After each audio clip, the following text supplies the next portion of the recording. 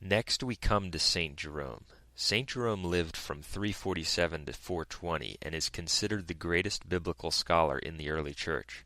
He was responsible for translating the Bible into Latin. His monumental work is called the Vulgate. In his letter to Pope Damasus 15:2, written 374, he says this, quote, "As I follow no leader save Christ, so I communicate with none but your blessedness, that is, with the chair of Peter. For this I know is the rock upon which the church is built. This is the house where alone the paschal lamb can rightly be eaten. This is the ark of Noah, and he who is not found in it shall perish when the flood prevails." End quote. St. Jerome, the father of biblical scholarship, indicates that the Bishop of Rome is the successor to St. Peter, the rock of the church. He also makes it clear that no one can be saved who is outside the church, which is led by the Bishop of Rome. The First Council of Constantinople. The next event we must look at in the 4th century is the First Council of Constantinople. This council is regarded as the second general or ecumenical council of the Christian Church. Keep in mind that the evidence for papal and Roman primacy at the first 7 ecumenical councils is especially significant in proving Catholic teaching on the papacy. It's especially significant because the so-called Eastern Orthodox and many Protestants accept these 7 councils. Now there are some among the so-called Eastern Orthodox who say that the primacy of the Bishop of Rome was only recognized because Rome was the capital of the empire. In other words, according to them, the Bishop of Rome had the primacy not because he was the successor to St. Peter's authority, but simply because he was located in the most important political city in the empire. The Emperor Constantine moved the capital of the empire from Rome to Byzantium in 330 AD, and he renamed Byzantium after himself, Constantinople. So, according to some non-Catholics, when the capital was moved to Constantinople, Constantinople then took over the place of most important episcopal chair. This claim of the so-called Eastern Orthodox has already been refuted by many of the points covered so far, which show that the authority of the Bishop of Rome was of divine origin. But it's important to keep in mind what these people claim when considering the following canon. The First Council of Constantinople took place in 381. It states in Canon 3, quote, "The Bishop of Constantinople, however, shall have the prerogative of honor after the Bishop of Rome, because Constantinople is New Rome." End quote. This canon says that Constantinople shall have the honor after Rome, because Constantinople is New Rome. Now the first point that needs to be understood about the First Council of Constantinople is that this was a council which was originally regarded as a regional council. It was not called as an ecumenical or universal council. It only had 150 bishops from the East. It was a regional council which was later recognized as ecumenical at the Council of Chalcedon in 451. Every scholar who studies or writes on this period agrees with this. Therefore, the fact that the Bishop of Rome was not involved in the First Council of Constantinople doesn't detract in any way from papal primacy. But notice that even at this council, which began as regional, we see again the primacy of the Bishop of Rome. We see that the Bishop of Constantinople is given a new scope of authority, exceeding that which it previously had, but authority which is still second to the Bishop of Rome. In the canon, we do see the tendency to want to elevate the jurisdiction of Constantinople because of its new important position in the empire. This was a tendency which plagued many in the East for centuries. This became known as Caesaro-papism, in which the spiritual authority of the Church was subordinated to the secular authority. This heretical tendency in the East caused it to fall prey repeatedly to the heretical whims of emperors. In the East, they frequently dominated the affairs of the Church and influenced its arrangement. This tendency enabled heresies to flourish in the East for many centuries. But if, as some of the so-called Eastern Orthodox say, the primacy of the Bishop of Rome were simply due to the fact that he stood at the center of the empire, why would this Canon 3 of Constantinople I still recognize Rome as superior to Constantinople in 381, after the capital had already been transferred to Constantinople? The fact that even this canon places the Bishop of Rome ahead of the Bishop of Constantinople shows us again that the Church of Rome's superior authority is not tied to any political arrangement, but to the apostolic authority of Peter, which derives from Jesus Christ. Further, it must be pointed out that the popes, in approving things from councils, did not always approve every canon which these councils promulgated. In the case of the First Council of Constantinople, the monumental creed on faith which it promulgated was eventually accepted as dogmatic by the whole Church, but not all of its canons. Here is what the famous Henry Percival, who prepared the notes in Nicene and Post-Nicene Fathers' second series, had to say about this Canon 3 of Constantinople. Keep in mind that he was not a Catholic. Quote, "It should be remembered that the change effected by this Canon 3 did not affect Rome directly in any way, but did seriously affect Alexandria and Antioch, which till then had ranked next after the See of Rome. When the Pope refused to acknowledge the authority of this canon, he was in reality defending the principle laid down in the Canon of Nicaea.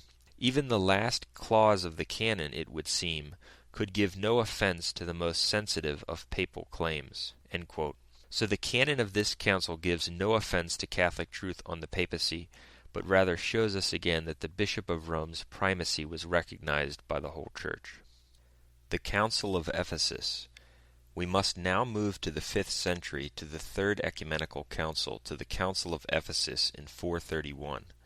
The Acts of the Council of Ephesus clearly show that the primacy and supreme jurisdiction of the Bishop of Rome was recognized by all.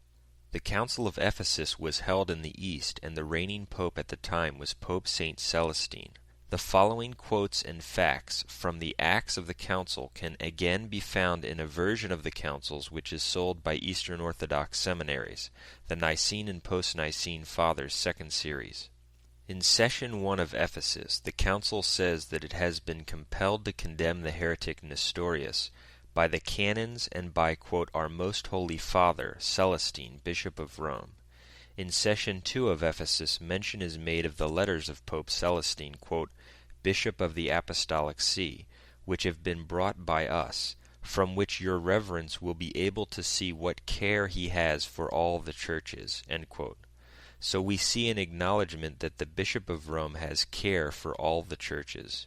In the letter of the Pope which was read in Session 2, we see that he commands the council, quote, "We have sent our holy brethren, that they may be present at what is done, and may carry out what things have already been decreed by us, to the performing of which we have no doubt that your holinesses will assent, when it is seen that what has been decreed is for the security of the whole Church." After that, numerous bishops spoke in acknowledgment of Celestine's decree. In Session 3 of Ephesus we read the statement of Philip, the legate of Celestine. This statement, which is contained in the Acts of Ephesus, really needs little commentary. It's a striking proof of Catholic teaching on the papacy and the Bishop of Rome. Quote, "There is no doubt, and in fact it has been known in all ages, that the holy and most blessed Peter, prince and head of the apostles, pillar of the faith and foundation of the Catholic Church, received the keys of the kingdom from our Lord Jesus Christ, the Savior and Redeemer of the human race, and that to him was given the power of loosing and binding sins, who down even to today and forever lives and judges in his successors. The holy and most blessed Pope Celestine, according to his due order, is his successor and holds his place, and us he sent to supply his place in this holy synod." End quote. Keep in mind that the so-called Eastern Orthodox and many Protestants accept the Council of Ephesus, and these people have the audacity to say that the primacy of the Bishop of Rome wasn't acknowledged in the East or in the early Church. This is pure nonsense, as we see here. This statement shows that it was acknowledged right in the Acts of Ephesus that the Pope holds the place of Peter, which is a primacy of jurisdiction over the universal Church. In the same session, Cyril, Bishop of Alexandria, who played a huge role at the council and in refuting and condemning Nestorius, stated this, quote, "Wherefore let those things which were defined by the most holy Celestine, the God-beloved bishop, be carried into effect, and the vote cast against Nestorius the heretic." End quote. The Council of Chalcedon. We must now move to the Fourth Ecumenical Council, the Council of Chalcedon. This council took place in 451, when Pope Leo the Great was the Bishop of Rome. One could argue that this council was the most important of all in the early Church, for it condemned the Monophysite heresy. This heresy taught that Jesus Christ is one person with one divine nature. The Council of Chalcedon, in contradicting this heresy, asserted the pure truth about the person of our Lord Jesus. It taught that he is one person with two natures, divine and human. Like the councils before it, the acts of this council also prove the primacy and supreme jurisdiction of the Bishop of Rome. In Session 1 of Chalcedon, the Bishop of Rome is described as, quote, head of all the churches, end quote. In the same session, a bishop spoke of one who, quote, dared to hold a synod without the authority of the apostolic see, a thing which had never taken place nor can take place, end quote. Another bishop stated, quote, we cannot go counter to the decrees of Pope Leo, who governs the apostolic see, nor against the ecclesiastical canons, nor the patristic traditions, end quote. In Session 2, the famous dogmatic letter of Pope Leo to Flavian was read. This is one of the most famous and important documents in the early Church. After it was read at the council, more than 600 fathers stood up and, according to the Acts, stated, quote, this is the faith of the fathers, this is the faith of the apostles. Peter has spoken through Leo, end quote. The whole Council of Chalcedon thus acknowledged that Leo was Peter's successor, the apostle who governed the flock of Christ. In Session 3 of Chalcedon, Peter is called the rock and foundation of the Catholic Church, in the context of speaking of Pope Leo, quote, wherefore the most holy and blessed Leo, Archbishop of the great and elder Rome, through us and through this present most holy synod, together with the thrice blessed and all-glorious Peter, the Apostle, who is the rock and foundation of the Catholic Church and the foundation of the Orthodox faith, hath stripped him, Dioscorus, of his episcopate, end quote. In Session 4 we read this striking statement, quote, the writings of that blessed man Leo, Archbishop of all the churches, end quote. So the Bishop of Rome is described as the Archbishop of all the churches, showing that the Pope has a universal jurisdiction. In Session 16, Pascasinus read out his understanding of Canon 6 of the Council of Nicaea, according to which, quote, the Roman Church hath always had the primacy, end quote. So the Acts of Chalcedon state that Canon 6 of Nicaea teaches that the Roman Church hath always had the primacy. Keep in mind that this council is accepted by the so-called Eastern Orthodox and by many Protestants. So, just like the previous councils, we see that the Acts of the Council of Chalcedon repeatedly demonstrate that Pope Leo was recognized as the supreme bishop, the one with universal jurisdiction as the successor of St. Peter.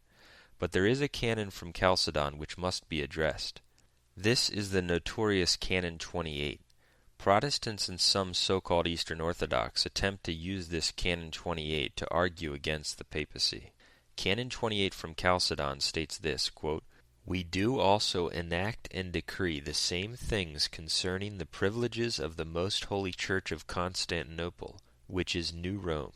For the fathers rightly granted privileges to the throne of Old Rome, because it was the royal city, and the 150 most religious bishops gave equal privileges to the most holy throne of New Rome, justly judging that the city is honored with the sovereignty and the Senate, and enjoys equal privileges with the old imperial Rome, end quote. This Canon 28 was rejected by the Pope because it attempted to elevate the See of Constantinople to the same status as the See of Rome. This elevation contradicted tradition and the past canons, such as Canon 6 of Nicaea. This canon also states a blatant falsehood when it states that its decree is in line with the Canon of Constantinople. Canon 3 of Constantinople 1 clearly stated that Constantinople was after Rome. This canon also seems to say that Rome possessed its jurisdiction because it was the royal city, which is patently false. As the supreme bishop in the Church, the Bishop of Rome, the Pope, had the authority to reject certain canons and to reject councils. That is exactly what popes had done with other false councils and with certain portions of other true councils. As we will see, even the Patriarch of Constantinople acknowledged Pope Leo's authority to reject this canon. The non-Catholic scholar Henry Percival noted the following about this Canon 28, quote, "We need not stop to consider the question why Leo rejected the 28th canon of Chalcedon. It is certain that he rejected it. His rejection of the canon was absolute and unequivocal." End quote. The Bishop of Constantinople at the time of the Council of Chalcedon was Patriarch Anatolius. Anatolius, therefore, was the one whose prestige would have been enhanced by this Canon 28. But here is what Anatolius wrote to Pope Leo about the canon after the council, quote, "As for those things which the Universal Council of Chalcedon recently ordained in favor of the Church of Constantinople, let your Holiness be sure that there was no fault in me. It was the most reverend clergy of the Church of Constantinople who were eager about it, and they were equally supported by the most reverend priests of those parts, who agreed about it. Even so, the whole force of confirmation of the acts was reserved for the authority of your blessedness. Therefore let your Holiness know for certain that I did nothing to further the matter, knowing always that I held myself bound to avoid the lusts of pride and covetousness." End quote. Patriarch Anatolius of Constantinople to Pope Leo, Epistle 132, found in Ming, Latin Fathers, Volume 54, 1082. This is fascinating. It refutes any argument against the papacy from this canon. For here we have the Patriarch of Constantinople acknowledging that the Pope had the power to approve or reject these acts. Anatolius further reveals that this canon was basically thrust forward by ambitious people at Constantinople, where the imperial power resided. It was those with secular interests at heart who tried to thrust this canon forward, as sort of a last-ditch effort to increase their scope of influence over ecclesiastical affairs. We've already mentioned that this was a tendency in the East, a tendency which led the East into many heresies. But the canon was rejected by the Pope and, as Pope Leo XIII noted in his encyclical Satis Cognitum 1896, is therefore admitted by all to be worthless. That Leo's rejection of the canon had real force is shown not only from Anatolius's words, but even from Eastern historians from the 6th century, such as Dionysius Exegius, Theodore the Lector, and John Scholasticus. They all speak of 27 canons of Chalcedon, which demonstrates that it was held that canons which were not approved by the Pope are not binding. So contrary to the claims of non-Catholics, this incident highlights once again the supreme jurisdiction of the Bishop of Rome. It does reveal that there was a tendency among many in the East, which continued to crop up from time to time, to want to deviate from the God-given authority of the Bishop of Rome for selfish or secular reasons. But this effort was rejected by the Pope and therefore not considered binding. Further, we cannot forget all of the clear statements in the Acts of Chalcedon which we've covered, which testify to the supreme authority of the Bishop of Rome. We've covered how Chalcedon referred to the Bishop of Rome's position as, quote, head of the churches, etc. It's also interesting to note that in his letter 93, Pope Leo wrote to the Council of Chalcedon. He told them through his legates that he is, quote, presiding at the council. That can be found in Nicene and Post-Nicene Fathers 2nd Series, Volume 12, page 70. Leo simply declared that they would preside at the council, and that's the position his legates held. All of this also reminds us how Catholic councils are approved. It reminds us that in Catholic teaching there exists a consistent framework which enables one to determine which councils are binding and which ones aren't. In so-called Eastern Orthodoxy, where all bishops are considered equals, there is no such framework, as we will see. Since we're on the topic of the Bishop of Rome's authority to reject canons, we must now move back just a bit to Socrates Scholasticus. Socrates Scholasticus was a historian in the East who lived from 380 to 450. This Socrates is not to be confused with the Greek philosopher who lived before Christ. This Socrates wrote a famous ecclesiastical history from this period. In his Ecclesiastical History 2:8 he says this, quote, "An ecclesiastical canon commands that the churches shall not make any ordinances against the Bishop of Rome." End quote. Quote found in Nicene and Post-Nicene Fathers 2nd Series, Volume 2, page 38. So think about this. This is a historian from the East. He therefore had no motive to exaggerate the authority of the Bishop of Rome, and he says that an ecclesiastical canon commands that no one shall make an ordinance contrary to the Bishop of Rome. So we can see how the very authority which enabled Pope Leo the Great to reject Canon 28 of Chalcedon was recognized in the East prior to that council. Socrates further speaks of the unique authority of the Bishop of Rome in Ecclesiastical History 2:15, quote, Athanasius laid his case before Julius, Bishop of Rome. Julius, on his part, by virtue of the Church of Rome's peculiar privilege, sent them back again into the East, fortifying them with commendatory letters, and at the same time restored to each his own place, and sharply rebuked those by whom they had been deposed. Relying on the signature of the Bishop Julius, the bishops departed from Rome, and again took possession of their own churches. End quote. We must now move to another church historian of the same period, Sozomen. Sozomen was a church historian from Palestine. He was therefore from the East. He was also a lawyer. He died in the middle of the 5th century. In his Ecclesiastical History 3:8, we clearly see the supreme jurisdiction of the Bishop of Rome acknowledged by this Eastern historian. Quote, the Roman bishop, on learning the accusation against each individual, admitted them to communion as of like orthodoxy, and as the care for all was fitting to the dignity of his see, he restored them all to their own churches. He wrote to the bishops of the East, and rebuked them for having judged these bishops unjustly.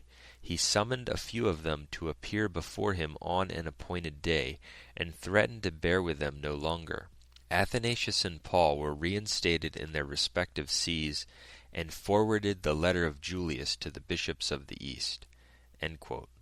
So we see that Sozomen speaks of the care for all which was fitting for the dignity of the Bishop of Rome, meaning that his office gives him care of the whole flock. He further acknowledges that the Bishop of Rome restored Eastern bishops to their sees, and rebuked those in the East who had dealt with them unjustly.